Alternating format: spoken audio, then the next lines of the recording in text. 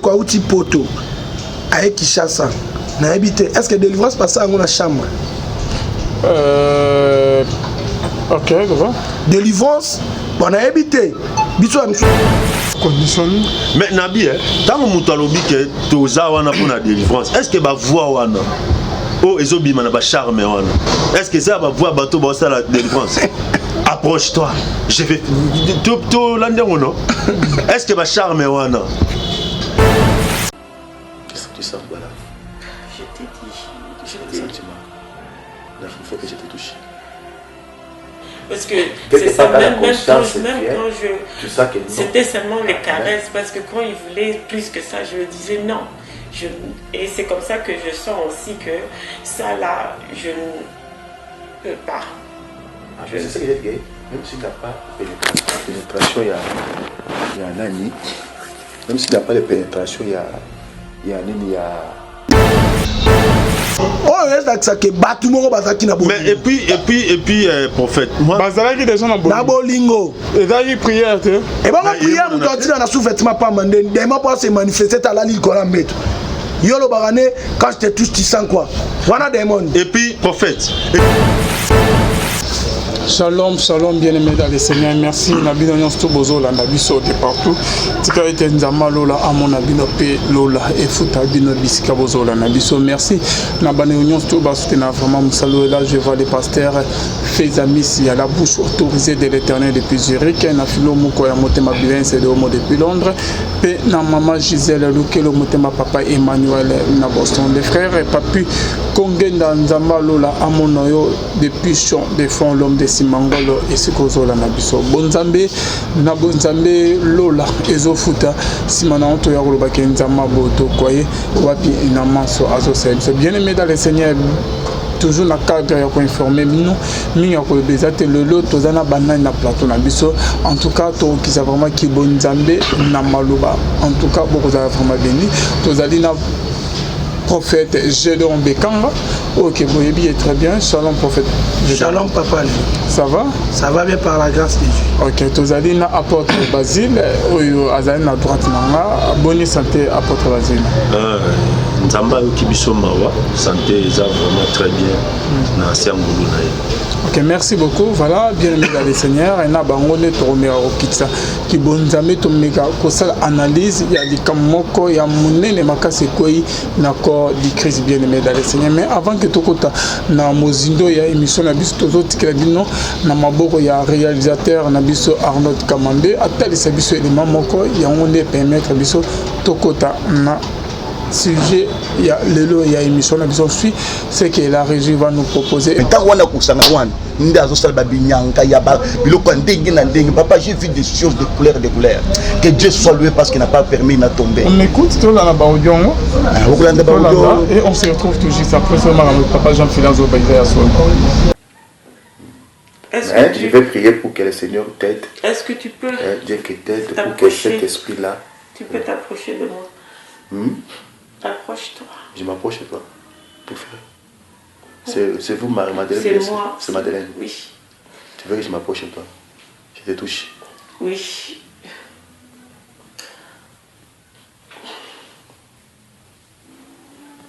Qu'est-ce que tu sens, voilà?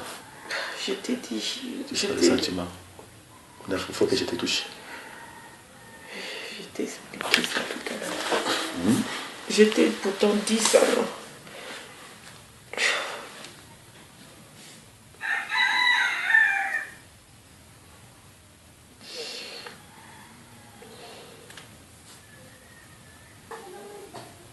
Tu dis. Et maintenant, tu sens quoi quand j'ai prié là? Tu sens quoi? Comme ça, comme si j'ai envie de dormir. Du coup, je sens comme une fatigue. Voilà. La passée a quitté. La passée là a quitté, non? T'as quitté? Non, t'as quitté ou bien? La passée t'a quitté? Le désir là, t'as quitté, non? Qu'est-ce que tu veux entendre, pasteur? Je t'ai déjà dit que je suis en train de combattre avec ça. On doit vraiment trouver une stratégie de prière à prier plus loin. Non, ça ne va. ça ne va pas te dominer. Nous sommes dans le Christ. Christ va faire tout pour que cela soumet comme d'autres esprits qui ont parti, qui sont allés. Donc, c'est à moi, c'est moi qui est maintenant, c'est moi qui est dans le piège. Si je m'assois, c'est moi qui est dans le piège maintenant. Parce que comme moi, c'est moi qui est dans le piège. Maintenant, ça demande que moi, je sois fort. Je sais que je suis un homme fort. Comment est-ce que tu es dans le piège quand c'est moi qui sens comme ça? Non, non. Quand lui fait ça en toi, il met ce désir-là. Et chaque physiquement, ils ont pu expliquer comment physiquement, vous avez senti que vous pouvez le faire, ça la permet d'ailleurs, ainsi nous les autres. Et vous pouvez le voir, c'est pas ça. C'est gagner à savoir ce que vous autres réclamez, qui n'a pas de temps aux autres, ou aux autres. Ils ont souvent expliqué aussi, comme ils ont mot, comme ils ont dit, pour ces sentiments, déjà, c'est moi qui est dans les pièges. Je demande que Dieu m'aide. Il m'a déjà aidé parce que j'ai déjà toutes les mobiles autour de moi pour que je ne fasse pas ça. Vous voyez comment lui-même me réclame que non. Tu sens même le corps, tu réclames que dès que je suis battant moi, battant dans autres, pour que moi bien. Vous voyez? Alors, ce sont des sentiments-là que le diable a laissés. De manière maintenant physique, activée en groupe pour ça, mobile faire côté, mobile faire ça, mobile en alors, ma caresse, tout ça, c'est là, par là que les choses vont commencer. Je sais, mais je refuse toujours ça. Le caresse, quand ça commence. Je sais, mais j'ai toujours refusé l'acte même. Voilà. Tu l'as toujours refusé quand l'esprit le fait. Mais voilà, maintenant, même comme moi-même, dans ma propre volonté, j'ai toujours refusé ça. Vous voyez, mais quand maintenant, quand il a parce que quand j'étais avec lui, là, c'était ma volonté. Mais je refusais toujours, je lui disais, je ne veux pas. C'est ça que j'ai dit. Parce que c'est ça, même quand c'était seulement les caresses. Parce que quand il voulait plus que ça, je lui disais non. Et c'est comme ça que je sens aussi que ça, là, je ne peux pas. Je sais que j'ai dit, même s'il n'a pas de pénétration, il y a un ami. Même s'il n'a pas de pénétration, il y a sexe dans les autres pour moi aussi. Mais caresse ou un autre seng, dans les autres, caresse ou un bali, c'est pourquoi je ne fais pas de ça. Parce que c'est un piège. Nous sommes ici dans le chambre ici. Si on a demandé que nous sommes dans les autres,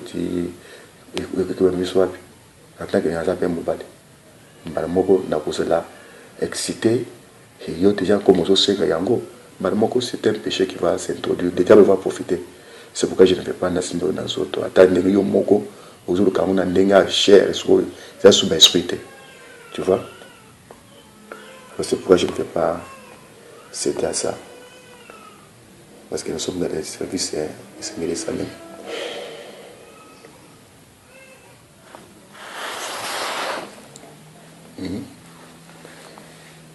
Madeleine. Je t'écoute. Alors, c'est un peu ça. C'est un peu ça. Quand on bola dans image one, image na ba audio na zolo. C'est-à-dire que Azaki déjà bien préparé. Et moi aussi divinement averti, bien préparé par Dieu. Je me dis, il y a encore battu dans combien de temps parce que j'ai fait un naza sauter, un peu monter makila, mais il y a que Bounzambe de Salaka. Yalvin, Tozabal, mon amour mobile.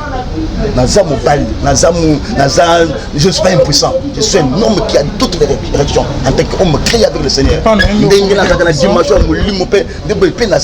Mais Dieu m'avait assisté. La grâce de Dieu m'avait assisté, papa.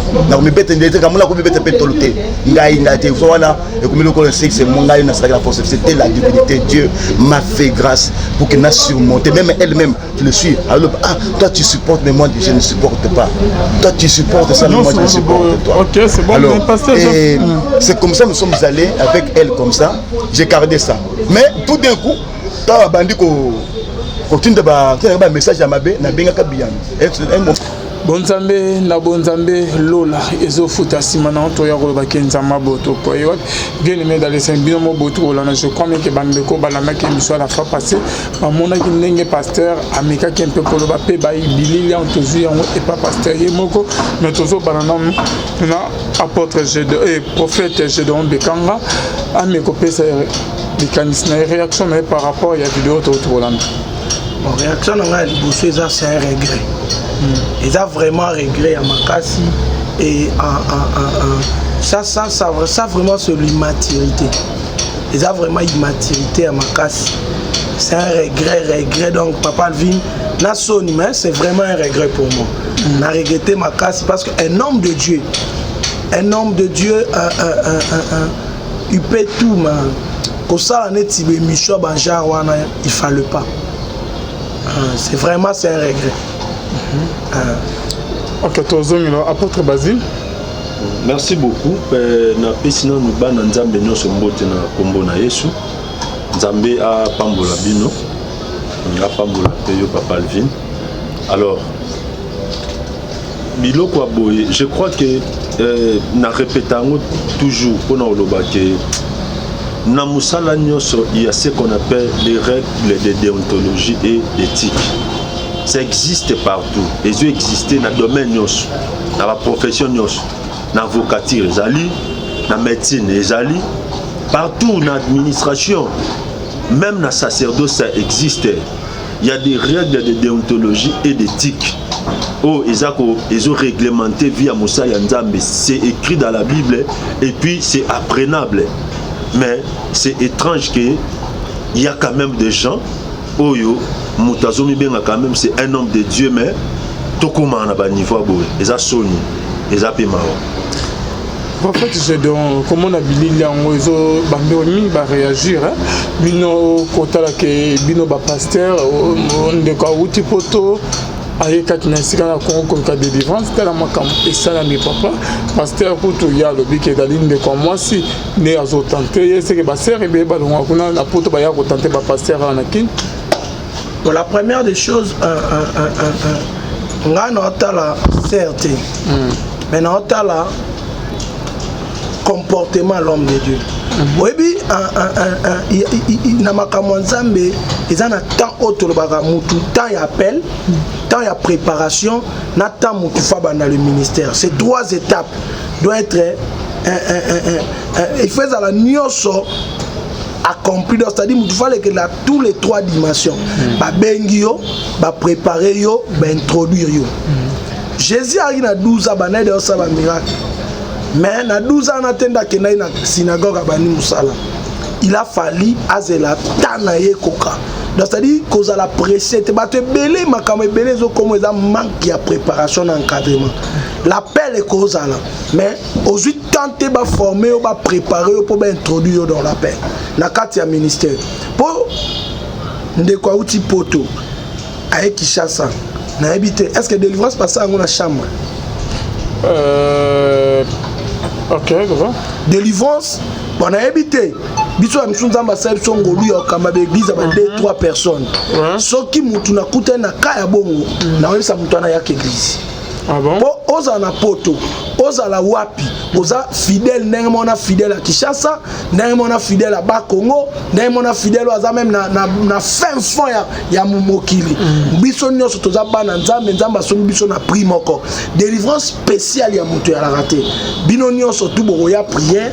To koti na ba retraite soki sadia élection ba délivrance na église na sali musala soki na sa musala na église te neti biso boy na kenda mingi na bazama no je peux aller mangengenge na koza na luzizi là na koiki c'est-à-dire mais eloko lisunga na omona drôle comment nga na ça service à délivrance nga mo sous caméraman Namoko sous mutosa la service nyonso ngamoko pasteur alobaki que non nzambe mutaye biseke ke asala keba na mwana mwaswana de peur que aya obe sa réputation na amelo pe ko filmer bomo ya bon papa Alvin nzamba ngana lobaka makambo ya omoni batebele o prophète Gédéon nzamba ko yebisa mutu makambo bêtise bongo te nzambe soka senti ko dans insécurité ba nous prend ton frère. Les Moïse ont se sentir que Nana n'est pas Pharaon boété. Nzamba ebiseni. Prends ton frère Aaron. Donc et l'okonyo son nzamba otinda mutu son nzamba moni risque ezali a lobano zala accompagner. Gédéon abanga kokende ye moko abinga na okende nga imoko te. Nzamba bi lokolo kokoke yo moko te. Zwande kono bosani. Bokeni.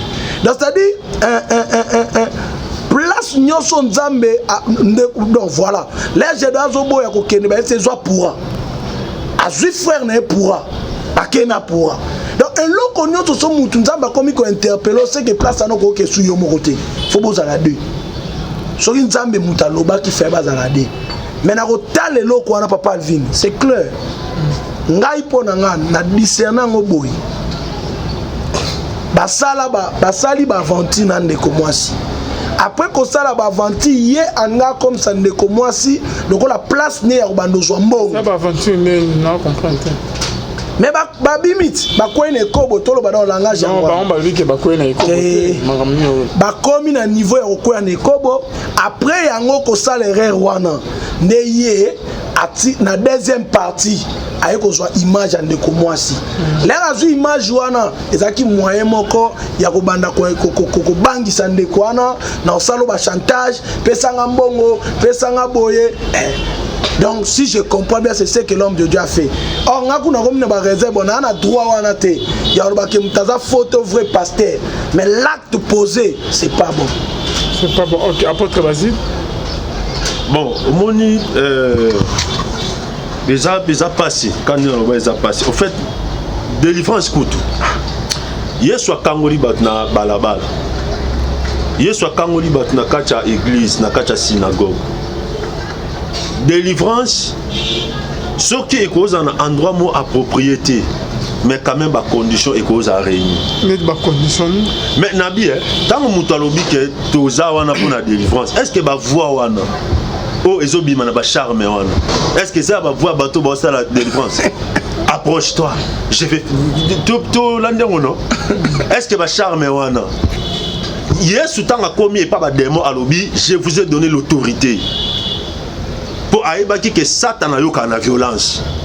Monde à ténèbres yo kana violence mais ba charme wana et puis nanidité wana pendant que Bible en mot elobi fouiller si Dieu nous si soit une tamba monnaie que toi capable pour résister encore on va jamais fouiller moi si kuna bilamba mais vous sentez quand même oppression wana bosco moi ça tira ni na niveau wana et puis beaucoup na chambre wana beaucoup wana parce que na ba charme wana nyonso ya amour ya affection.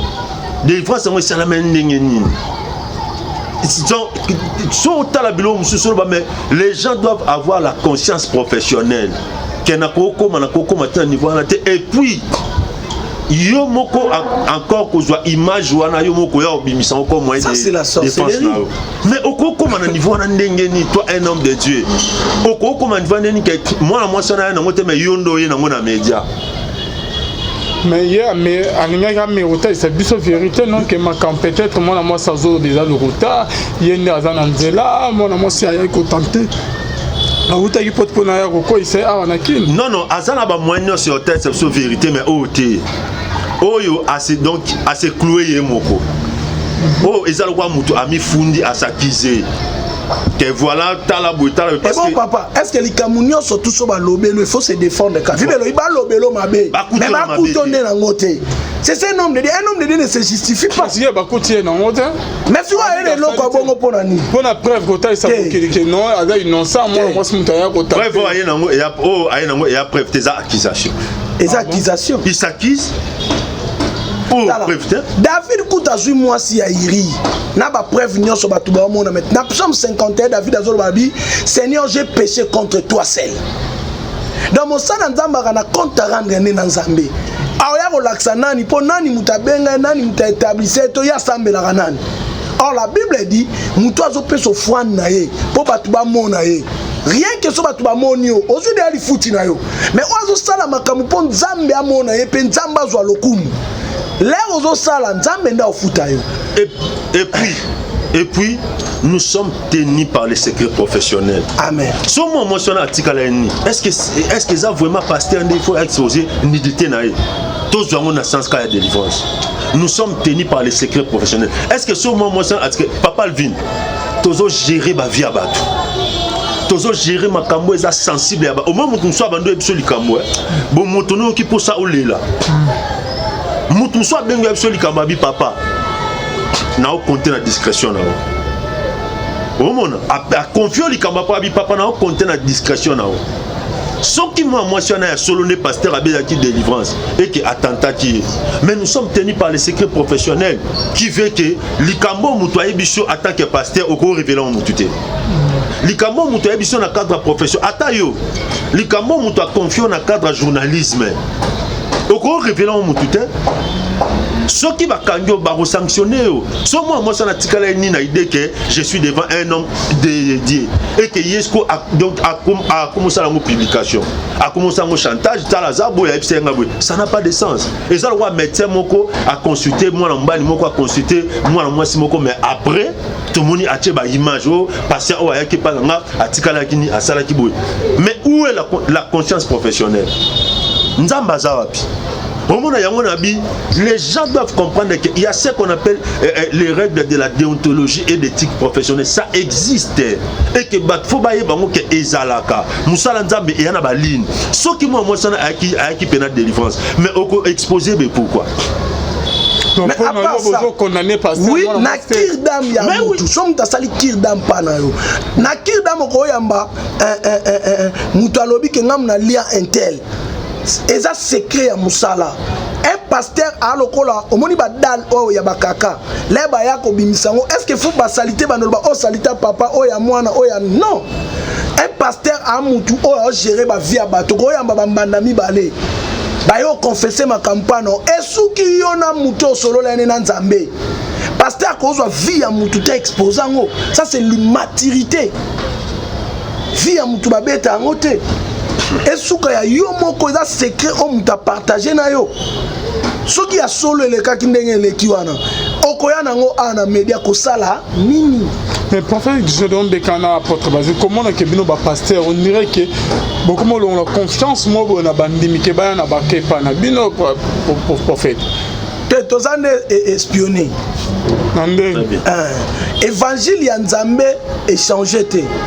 Évangile les âmes comme et l'autre ils ont changé dans des compréhensions. Et l'autre on débat papa na so ba yamba na 70, na 80, na 90, na 2000 lelo. Na 2020 tozali au monde que makambo ebele évangile les âmes comme compréhension ba tunde sani. Ils ont changé ils ont évolution. Ozomona christianisme o l'air et na mboko to moni bandoki ba ozo ba kisi ba yo tika na église banganga ba bongo la mitema bandumba ba bongo la mitema ba sase ba yo tika minduki banganga wana na bandoki wana ils ont compris que ali makambo ezokende to za isuna batute et le diable nous a espionnés. Yango monisco maître na biso lokola avisaka biso depuis longtemps abio le botika ivre na blessane écola botika yango monito otala na misu. Mais ce que moi je voulais te dire évangile en Nzambe etikali oui et amen. Mais sauf que nous sommes espionnés. Parlons ngolo bani nena même na YouTube boy net ba olanda biso boy eza canal moko ya évangélisation. Mais diable ko tika biso boy te to gagner ba âme bana Nzambe ba bongo la mutema ba bénéficier na grâce. Diable peut fatiguer na ba oyaye ba ya ko troubler ba na Nzambe ba oyeba te par où se retrouver. C'est que pasteur Satan a tenu qui ba diable na ba ya ko tenter. Ngana lobi na bongo te. Par rapport à les mots autour là ya pasteur moko. Te pasteur diable te pasteur estimati. Oh, makamane za diable te wana conscience à mutu. Papa, olongwe bananda kuno osukoli, olati bien, oye na plateau télévision. Omoni eza omoni biso il faut na vie tout soit esprit kinois tout ça mpandi. Tout ça conscience wana. Quand on dit que les blancs travaillent, les anglophones travaillent, biso batu mwindu to se résume trop na ba futilité. Amen. Neni yo homme de Dieu. Éducateur de masse que osa, pasteur de ton état. Oko se permettre nous na média, on se défendre quand na image mo ya nidité ya ndekomo ya mwasi. Non, il y a parce que tous on a tous on a aspect.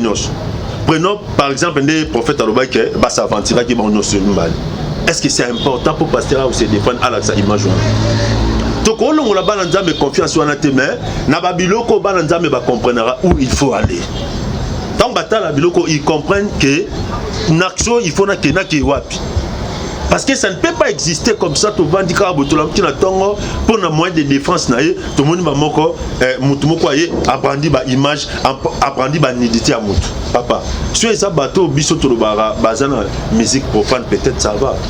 Mais on ne peut pas concevoir à notre niveau celui qu'on appelle un homme de Dieu, un pasteur de son état. Mais au contraire, quand les gens voient des histoires pareilles, ils comprennent où il faut aller. Parce que le maître a dit, vous connaîtrez chaque arbre par son fruit. Parlons de pasteur. Non, on va la couper ça va qualificatif. Papa le vin. Au moins il bateau. Par rapport à les mots to landi na dans la tour. Pasteur tout le monde a moi aussi. Mais l'élément na to landi est simple non? C'est clair. Moi si m'tana ba image hôtel. Moi si m'tana non. Ya zoka ba image wana ndasala ka fi wana mndeko mwasi wana ba chantage. Soko tindelinga boete na osala boete. Lokona le papa. Mais ça c'est quoi non? Image et loba. Mais yango pour ngape non nelo no raisonner za boe na longenda kunganga na sukoli. Na lati na zui inhibité ya mutu na vidéo na eboe par rapport ya nzambo nga na zomi matala. Papa si ça dit yoloba il fallait se défendre.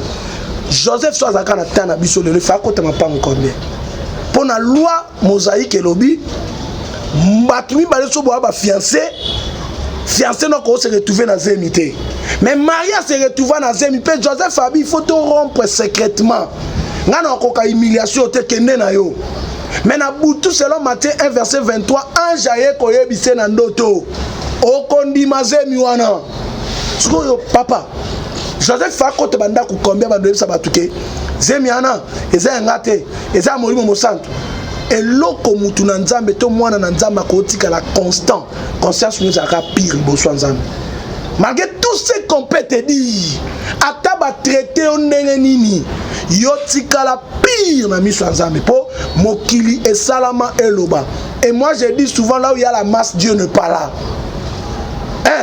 nzamba traiter na minorité. J'ai donné 22 000 hommes habitent au Colombo à Madianite.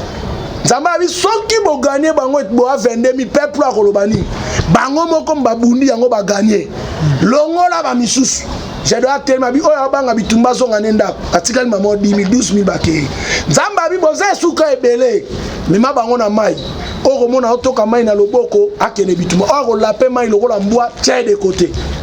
9700 personnes ba la pe mai lokola mbwa. Il y avait que 300 personnes de Batikali, Batoki Maïna Maboko, pour Bakebitumba. Le Seigneur n'a pas besoin de battre à 1000, Bano Likambouana. Mais ce que l'on a la conscience, nous y que c'est Dieu, Tikala constant. Batbako traité de tout. Yo Tikala constant dans ma cap. Son Zambé Mtaloba. Ce qui est innocent. Oh, c'est justifié par Nani sur cette terre. Yesu ABC, Batouanani. Abi, que celui de vous qui n'a jamais péché jette le premier la pierre. La Bible dit quoi? Banda la mikolo tina bala mike batiki mona mwasi wana. Yana bani place wana. Papa, les gens doivent comprendre que la justice de Dieu existe.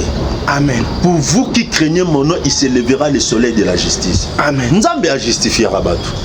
Au monde il n'a pas dit il faut tout le bas clair. Moi, j'aime pas des impressionnistes. Moi, la vie n'a pas l'impression comme s'il est parfait, non. La Paul dit ceci, nous branchons de plusieurs manières.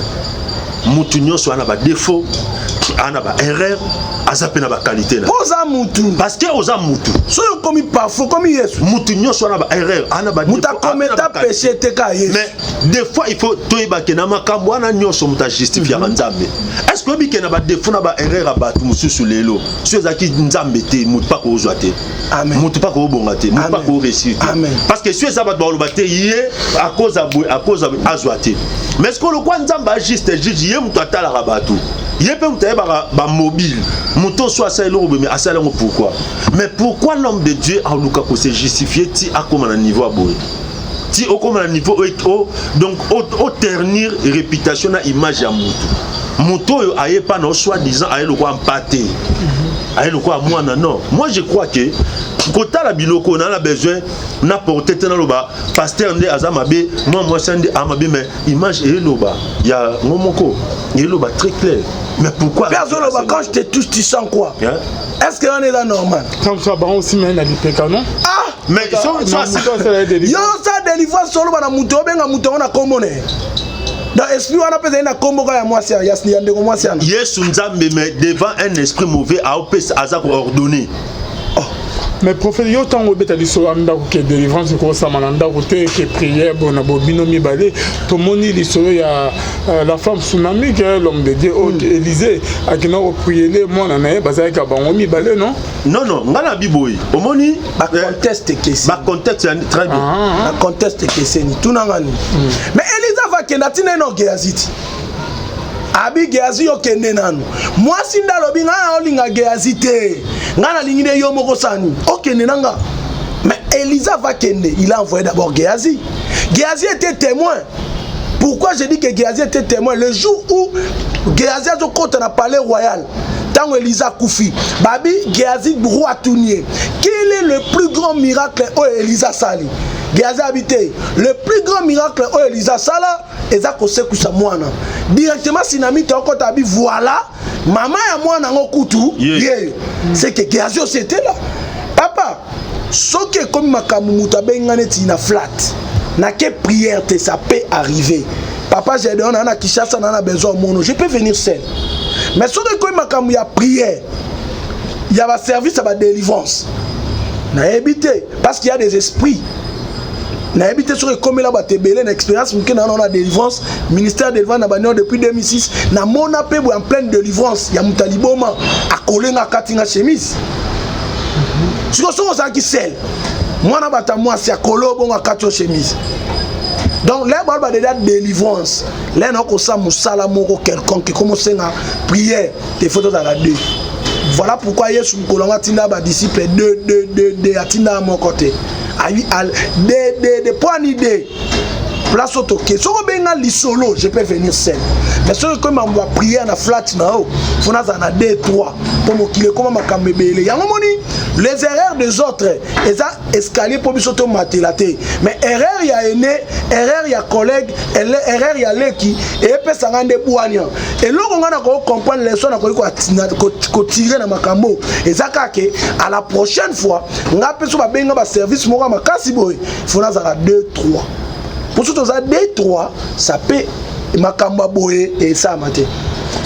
Oh, c'est que batumo bazaki na bolingo. Mais et puis prophète, moi bazalaki des gens na bolingo. Na bolingo. Et là il prière te. Et bon prière nous doit dire na sous-vêtement pas mandé, demain pour se manifester à la ligne kola meto. Yolo barane quand je te touche tu sens quoi? Wana démon. Et puis prophète, et puis demain ça agitera demain là la bongo. Si il faut regarder mais pourquoi papa prophète a filmé a filmé en apôtre je te dis pour abano sala fio ba chantage à l'accent que tinelanga boy te ya le bibongo te ya et bon ya le babongo na média mais na bien mais tant on a filmé mais ça dit tout intention nous ça qui mais pourquoi on filme on voit la motivation et puis on filme muninga na ba état na ya bongo pourquoi faire on filme mutoye et pas le rôle en pâté au filmer na ba et puis la fille a des sous-vêtements likola mbeta mais oui au filmer moi soki caméra zaki mupanzi pona nini yemo ba mimona ni teloko ya banda ça poto tika lo mona yete il faut qu'il y a l'accès biso bon mais il y a celle de l'autre alors la procédure il y a délivrance papa na bien ndenge ndeko au filmer biso c'est ndenga la team toyeba il faut qu'il y ait le quoi là-bas ils aient moyen de défense fallait acha pareil kuna ya chaka bono de Jésus yo qui on a de Jésus la tibilamba yo qui on a de Jésus na malobano qui on a de Jésus sort yo qui c'est que yo no bani pasteur pas dans na bilamba te en fait non ngana lobi makamwana toujours réfléchir ngana lobi ndenge yo qui on a de Jésus na malobano le quoi y a filmé moi na moi si il faut qu'il peut assez filmer yemo à tête ça que yenda za mais ngana za nité c'est ça mais ce que y a filmé muninga mais entre temps vois Azo Bimisa et ça tellement na charme quand je te touche tu sens quoi papa na ngai wana zo bisa bana miketo ba mikolo pe abo ene tibiso to vandi évangile Ah Yesu atala coupe wana boya ko mela bat balobaka ka monaka liwate atala kombo na honneur 24 veillard balale lango 24 heures sur 24 heures oza mo santu atana mikolo yande bat bano sakana na kombo na e ezaya zolo balobi ba femme wana baye les sept femmes baye babi pesa biso ka kombo na yo biso to lata après biso moto mise en charge batabongo bazé belé bazotambola na kombo ka ya Yesu mais ba mo mise en charge na makamba ça. Jésus n'est pas dans tout ça. Apôtre Bazile bando bazo dans la biso de partout. Net likambo et salami. Sœur alongo kuna na Londres ayeki point carrière au sein de défense makambo échangé. Na éviter tonima o sœur azolo bato tonima o pasteur azolo. Parce que sœur na ba émission sur na éviter so batia biso imangeon. Sœur azolo ba ke pasteur abana retenter va même amelay na ba mbongo ba $700 bani tine qui après délivrance pasteur a eu aussi un cas comme moi si sœur aboyaki. Kokoto pasteur azoni a talispe vidéo enregistrement na ozo la que sœur mutabana ko luka ke babimana ye abana ko botoni mana. Bon, moi je crois que na makami balé ba fautif ba on somi balé. Na sœur na yepé pasteur. Parce que yo yaki délivrance. Bon, pasteur abandi ko linga yo. So mutalingi yo oboyi ya simple. So mutalingi yo ndi aloba ki ya kine délivrance. Mais pasteur abandi o draguer. Mais oboyi parce que ko draguer muteza ko draguer muteza ni te violte. Au forcer dans ma casse tes appels ni te péché. Si tout si l'homme de Dieu pas balaté. Ko draguer muteza so musanza babati aba amoni. Okondi okono pondi ma to vite pasteur. Ngai lo na yeli za ya ngote. Mais tout le baga pasteur te combien de femmes, combien de jeunes filles au pays bakena na hôpital boé, médecin peut a comme ne peut te draguer. Et ça la me rappelle. Mais médecin na za motu. Pasteur on pas za motu. Donc à kepe boya bando lingi. Donc là il problème na ngai place nga na omona nga na condamner la fille. To condamner le pasteur papa acte à image wana il fallait pas. Ah bon? Prophète Nassi sa pensée. Ce qui oye pasteur à lingi mais il y a simple. Au boy na yo et puis kolinga mteza et a violté. Et puis ceux qui ont bolinga ceux qui ont ça signifie que akono pondima mutu ça koloba non pasteur nga na elle délivrance dans soukaka na nini délivrance les histoires d'amour là non ça existe. Et puis et même na voie publique ndenge nini parce que tant où il y a benga pasteur na supposé que mtabenga pasteur boso ezayi. Tant où il y a bien un pasteur, a bien un na mututé, a bien un témoin, a bien un banmi bala bien un téléphone papa taman boy. Bon, ce l'homme de Dieu a comment à convertir en mot. Na histoire mo amoureuse mais il y a simple. Il y a pasteur na tikali na cadre na elaki na kota na domaine wana tena kwa approfondir relation na te. Et puis Dédé papa prophète. Et comme il n'est ni sert à ko luka délivrance. Bon, yo côté ba ko draguer kuna nazo na linga penala kota mingi te kuna mais et comme ndenge nini au filmer pe oyeli biso image wana na média pourquoi faire c'est-à-dire na moment problème est bimi c'est que yo yeba ki ba problème prémédité kango de. Merci beaucoup prophète mais pourquoi pas quand il y avait pas de problème oye la so image non bande ko ndé toza la prudence on n'a pas so na ba kisao les ba problème ezala kité image na ndako ni bando ça et bando consoler. Mais pourquoi pas quand il n'y avait pas de problème au même moment le babandeko basanza boza très prudent tala moi sur aki ko traginga parce que ezala ba blom sur qu'on se le dise éthique à la cadre ya intimité et chose grave encore comme autant ba kombo ayebisaka nga boy est-ce que quand un enfant de Dieu a livré ba secret na vie pas na yo yo zela mukolo boko soa no comme autant makamna Jida malgré batanyo sur Alexina Yesu mais Jida ndo bomela Yesu mbongo Yesu uteta que grand prophète ebe que Jida otekanga mais Yesu atela lo ba ba Jida te alba na mutu que Jida ndazana aliaka bambo Jida ndaza parce que babila un mari de Magdalene a parfait na makolo Yesu Jida zolo babi eloko fait to pesa ngo ba orphelin na ba veuve ba bible zo bani abana ko senga biloko na non plus ko pas même ba veuve na ba orphelin po yemo ko alia. Mais Yesu mkomota tikala sambu sa Jida. Na vidéo to otukola na l'homme de Dieu maloba na ya supe ko zani na pasteur azola na biso pe na sœur azola na biso ya Londres. Oui, ngai soki na ko lobelo moko na ko na osenga d'abord na bala nzambe nyonso ba sœur na ba frère ba tupé faut ba ekola kozana respect ba sala nzambe. Rebi aspect na tozo to tika ngo mais les aspects moko ils sont très importants. Le problème avec les gens c'est que ba tout ce ko lobi ba bio besoin intimider sur la verset biblique. Non. La Bible dit ne touchez pas à mes ouais et ne fait pas de mal à mes prophètes. Pasteur ba sarana neti. Mosala nzambe ba toucha kete. Tant ba ko toucher mosala nzambe te. Ils ont réputation, ils ont honneur, ils ont respect naïe. Il y a toujours un respect au nzamba zela ba pesa pas mosala nzambe na ko ba c'est le mot Bible et lobini. Nzambe Bible zolo ba maudit soit l'homme qui se confie dans l'homme. Bible n'est lobi. Et puis maudit soit l'homme qui se confie dans l'homme. Mais tant que comme et pas basala nzambe nzambe pena bibo se confie na bango. Le même Dieu qui maudit l'homme qui se confie dans l'homme, le même Dieu a aussi se confie dans basali na. Pourquoi? Parce que Moussa nzambe bazalo kwa batunyo sauté sur le plan spirituel. C'est mis à part. C'est un mis à part. Et que bana nzambe ba frère na ba sœur, il faut tout garder respect wana. Yo ya qui est pas pasteur. Après ba délire na bino comme bimso parce que les gens oublient quoi. Tant que ba ka bimso blo ka bona qui n'est pas pasteur salinga bozo ternir image. Et makambo sert à lobby, il faut eza vrai nyonso. Mais sauf faut stepper eza kuna. Moi qui nzamba ko s'apprendre na et ko pour détruire vie na parce que il faut tout à makamna ba angle nyonso. Des fois les gens ba facile kaka bon na osambu so pasteur o sambu sa pasteur mais revers ya médaille wana au retour papa nzambe mona nzamba bible afra par batou.